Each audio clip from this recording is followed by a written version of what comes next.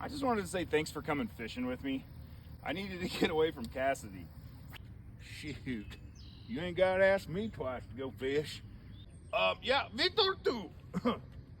Besides, freezer's getting a little empty. Oh, hey Buck, no man. This is catch and release only.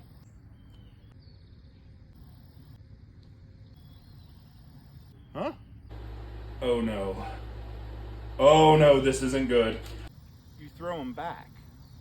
You mean like into a cooler? No, into the pond. Well, how you eat them? You don't, guys. Well, what's the frickin' point then? For fun. Psst. Buck, Victor know what not do.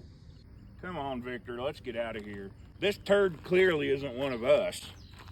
Throwing them back.